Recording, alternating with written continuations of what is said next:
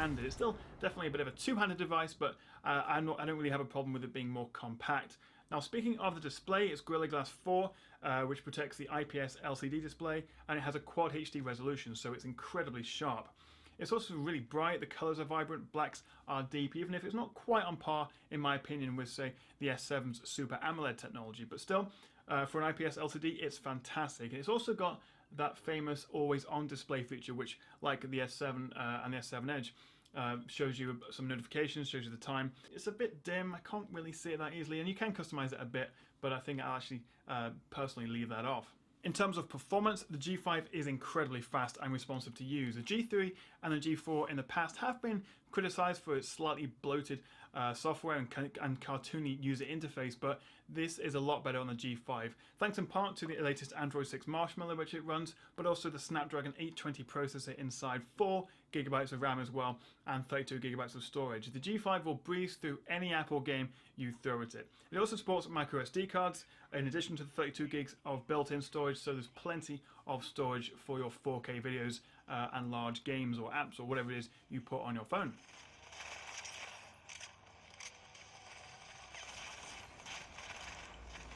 So if I show you the phone like this and you look at the home screen, one thing you'll probably notice, and you've probably heard about the G5, is it doesn't have the app drawer. But don't worry, if you are a fan of the app drawer and don't like the fact that LG is trying to make it go all iPhone, you can just go into the settings and turn it back on. One of my favourite software features though on the G5, which is carried on from the G4 and G3, is the fact that you can double tap to wake it up. It's pretty quick.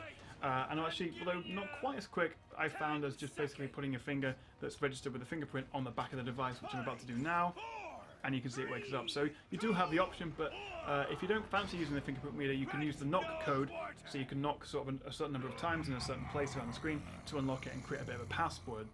After the modular design, the next big selling point of the G5 has to be its dual camera setup. One of them is a 16 megapixel standard camera, the other is a wide-angle 8 megapixel. And you know what, it's one of those things that you never knew you needed until you try it, and I really like it. Pretty much every time I take a photo, I pinch to zoom out, I press a little sort of wide angle icon, and I take another shot using the wide angle photo. It's not quite as good quality, it is half a megapixels, and it has a slower f2.4 aperture compared to the 1.8 on the larger 16 megapixel camera, so the quality of the photo isn't as good, but you get so much more into the frame. It really is fantastic. But as well as having a neat wide-angle camera, the specs of the main one are pretty impressive too. You've got a dual LED flash, optical image stabilization, laser autofocus, and of course 4K video recordings. There's lots of detail, good dynamic range, and generally very impressive. In my experience though, it's not quite as good as the iPhone 6s Plus or the Galaxy S7 with a slightly wider f1.7 aperture, which makes dark areas a lot brighter. But the G5's camera is still excellent, one of the best, if not quite the best, smartphone camera on the market. The front 8 megapixel camera is pretty good as well. I'm not really one for selfies, but if you do take pictures of yourself or you like to video call people, then it is pretty good for that. The 2800 mAh battery in the G5 will get you through a solid day, even though it is a bit smaller than the 3000 mAh battery in the G4. But I think software optimizations and a more efficient Snapdragon 820 processor actually offsets that, so it's about the same as the G4. I found at the end of the day, about 10 PM, I'd have about 20% of my battery left in it. Which isn't quite as good as my experience with the S7, which I found tended to have around 25 to 30% less left at the end of the day. So not quite as good as the S7, but it does have the trump card of being able to replace the battery, so you can just whip out another one, plug it in, and you've got a day out of it. So that's pretty good for that. So you can charge the G5 from about 0 to 75% in about half an hour, which is really excellent. Now speaking of chargers, we do obviously put it in the port on the bottom, which isn't a micro USB, it's a USB Type-C, the latest one, which is great for faster data transfer, and it's also completely reversible, so there's no more fiddling around getting it the right way up when you're trying to plug it in last thing at night. Finally, cool and speaker quality is very good. The single speaker at the bottom here does actually a pretty good job. It produces reasonably loud and rich sounds. I really do think it's quite good considering it's just a single speaker here.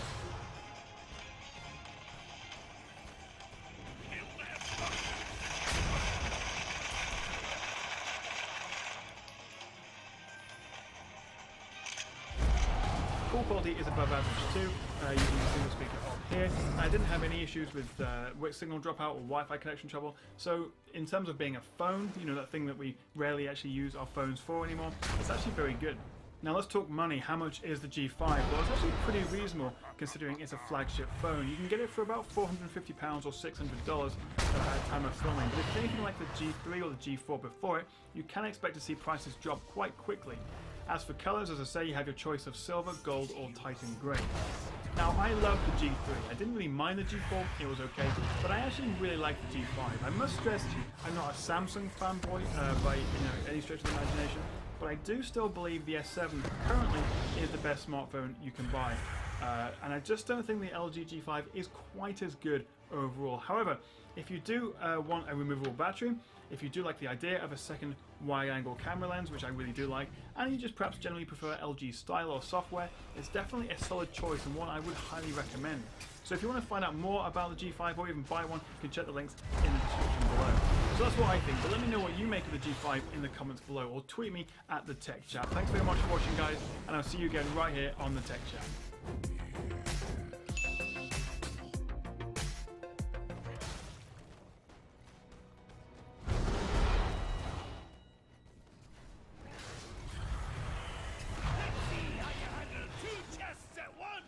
Hey guys, what's going on? It's Carl here, back with another episode. Today we are checking out the LG G5, which I've been living with and using for the past 60 days, 2 months. It has been that long, and time goes by that quickly. All of the hype when the G5 first came out was naturally the G4 was a very solid device, one of my favorite Android devices from last year, and the ability to do this, modular.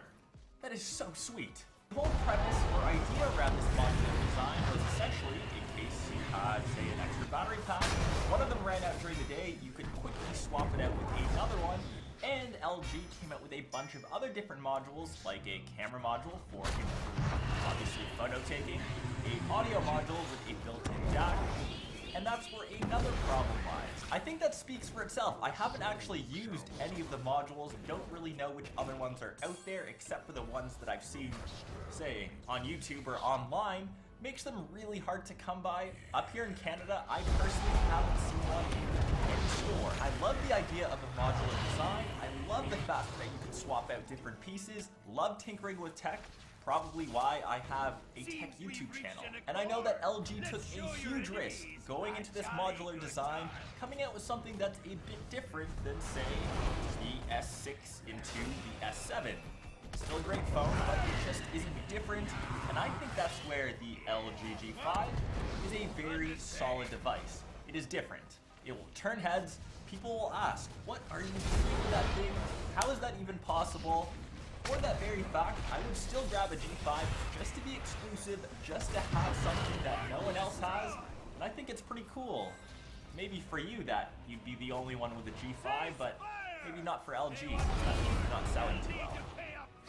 For the most part, my experience has been pretty decent. There have been a couple little bugs and hiccups which I think can be improved on for next year.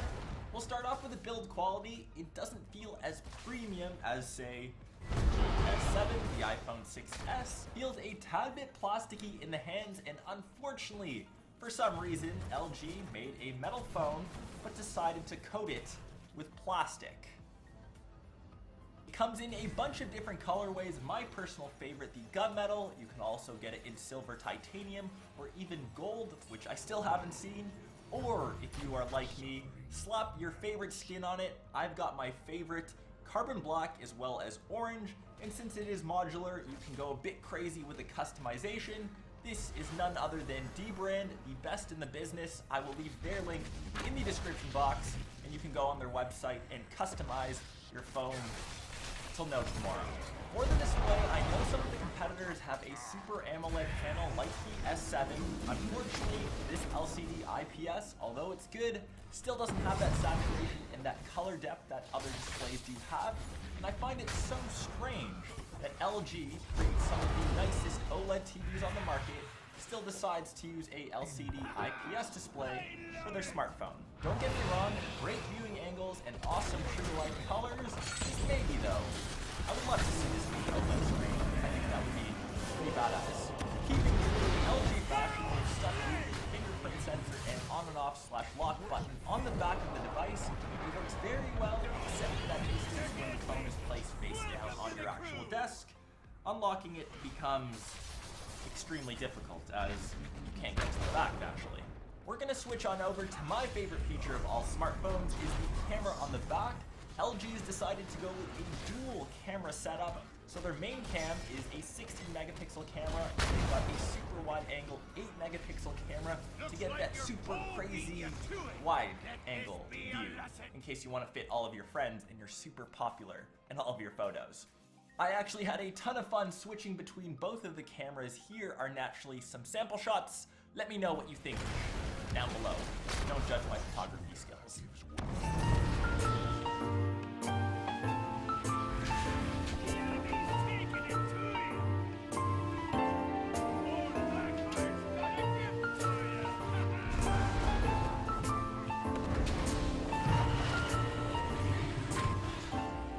Despite having two different cameras, the actual quality still isn't as good, sadly, as say my S7 or even my 6S Plus.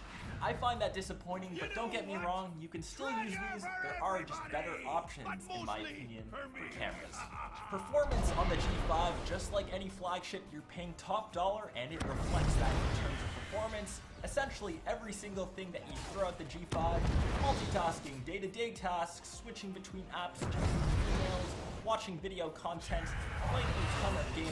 The G5 chewed up very easily, and the only comment I'll make, when I was playing games all day, naturally watching a ton of video content, I did have to switch out my battery, which made, I guess, that modular use very, very handy. In the end, the G5 isn't perfect, but I still think it is a great smartphone. You gotta give LG major props for coming out with something that is completely different, completely unique, and I can't wait to see it do this goes to the G6. For all you people that grabbed one, you are one brave soul. Good job. As I naturally have two G5s, I can't keep them both, so if you'd like to see one of these as a potential giveaway, make sure you smash that like button and leave a sweet comment down below what your favorite feature is of the new G5, and I will hopefully get that set up for you guys. That will pretty much wrap up the end of this video. If you guys liked it, remember, go nuts over on that like button, sub to the channel if you already haven't, and I will catch the rest of you in either one of my next episodes or vlogs. Peace.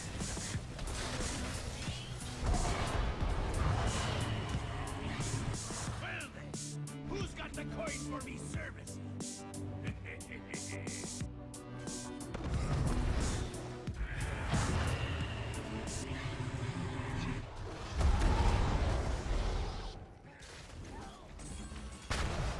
I expect no less than total. We're on, boys! Ha-ha! Let's liven up this place!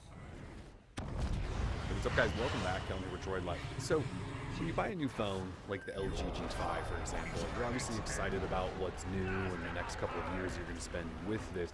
You could also be somewhat overwhelmed, assuming you haven't had a new phone in a couple of years. Things have changed.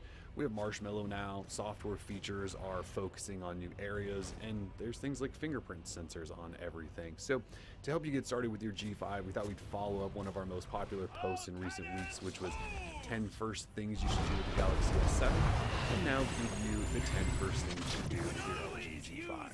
So like the Galaxy S7, one of the first things I would suggest you do is take advantage of the phone's micro SD card slot. So 32 gigs of internal storage here. You can fill that up pretty quickly with apps, games, music, and of course all of the photos you're going to take with the dual camera setup. So SD card slot is actually hidden, not hidden, but it's next to the SIM card slot. So in here is your tray. So a little pin in that hole. Pop that out, you get SIM card slot and micro SD slot. Throw up to 2 terabyte cards in, although those don't really exist, and you have that much expandable storage. I would suggest maybe a 200 gig or 128 gig card. Just make the investment so that going forward you really don't have to worry. And you have that much expandable storage. I would suggest maybe a 200 gig or 128 gig card. Just make the investment so that going forward you really don't have to worry about storage. From there, if we stick here on the back side, I would suggest setting up fingerprints on the fingerprint sensor almost immediately. In fact, I would suggest setting up both index fingers, since when you pick your phone up, you tend to put your index finger right there on that spot, and then by just setting it on top, you can quickly. So this is sort of a capacitive style button where it does click, but you don't need to click it in order to unlock.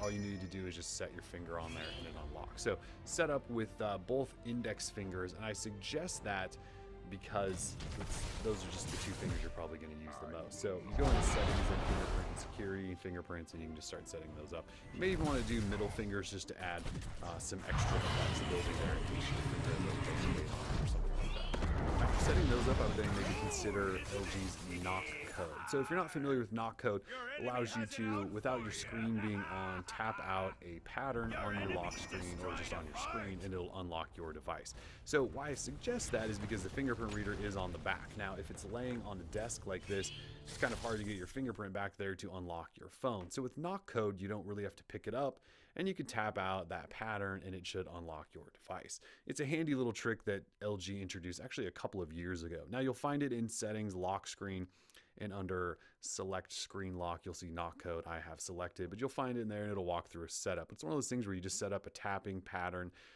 throughout your lock screen. And again, it does it with the screen off. So again, I have my phone sitting down, tap that out and it unlocks. Just a little handy feature if you are using a fingerprint reader. Now, the next thing I would suggest is one of the things that LG introduced before almost anyone else, and that was shortcuts embedded into some of the physical buttons. Now, we don't have one on the power button, but we do have one for volume down and one for volume up.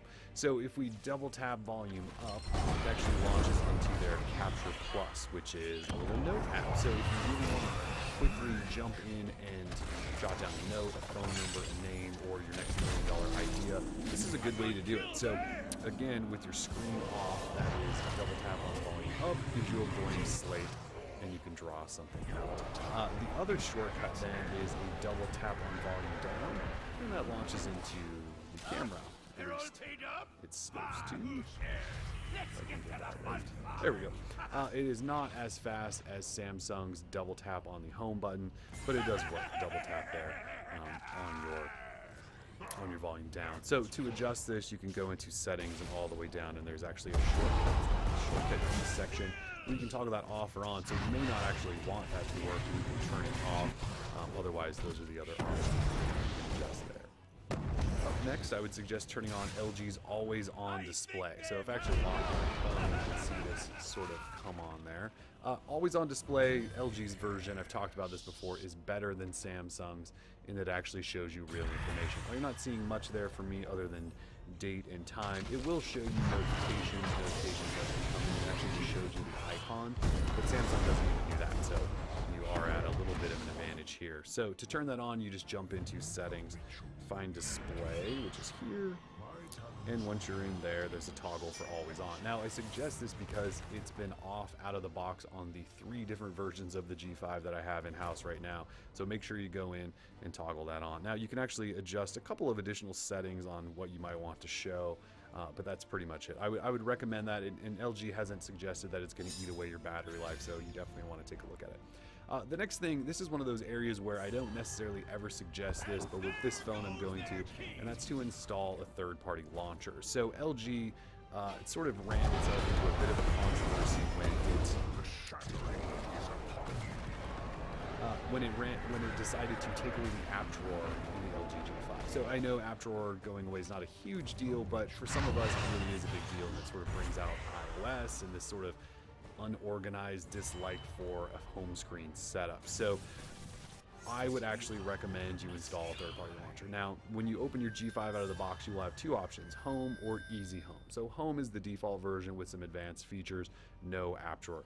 Easy Home takes away every meaningful feature, but does give you an app drawer, and I would never recommend anyone do it.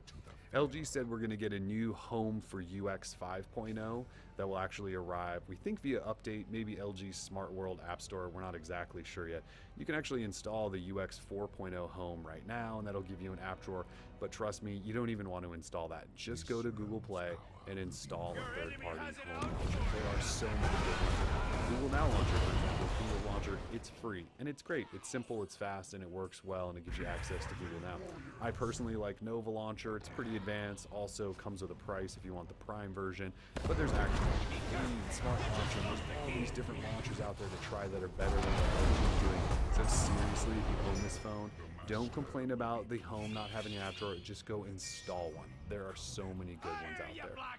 Once you found a new launcher, I would then suggest maybe going into settings, finding apps, and start disabling the bloatware that's going to be loaded on your phone. So depending on the carrier you get, the number of bloatware will change. This is an AT&T model. This is a T-Mobile model, and I will show you the differences. So this is AT&T. Now, I've already disabled most of the apps, and by the way, in order to do that, settings, apps, and then you have your list of all. If you want to disable something, and it's a system app, you would tap on it, and then look for the disable button. Hit that, and I'll just show you how it works now. It disables it, and then it's no longer really available for access on your phone. You can enable it again, but for now, it's disabled. Now, again, this is the AT&T version. I'll show you the number of garbage apps AT&T preloads on here. And with this phone, this AT&T G5, it is insane. The first boot you pull up, there's notifications for DirecTV, and I think Protect Plus, and some other things, and Lookout starts scanning things. And it is a terrible, terrible thing, and AT&T and LG together should be ashamed of themselves. So you can see I've disabled all of this crap, because I really want the crap.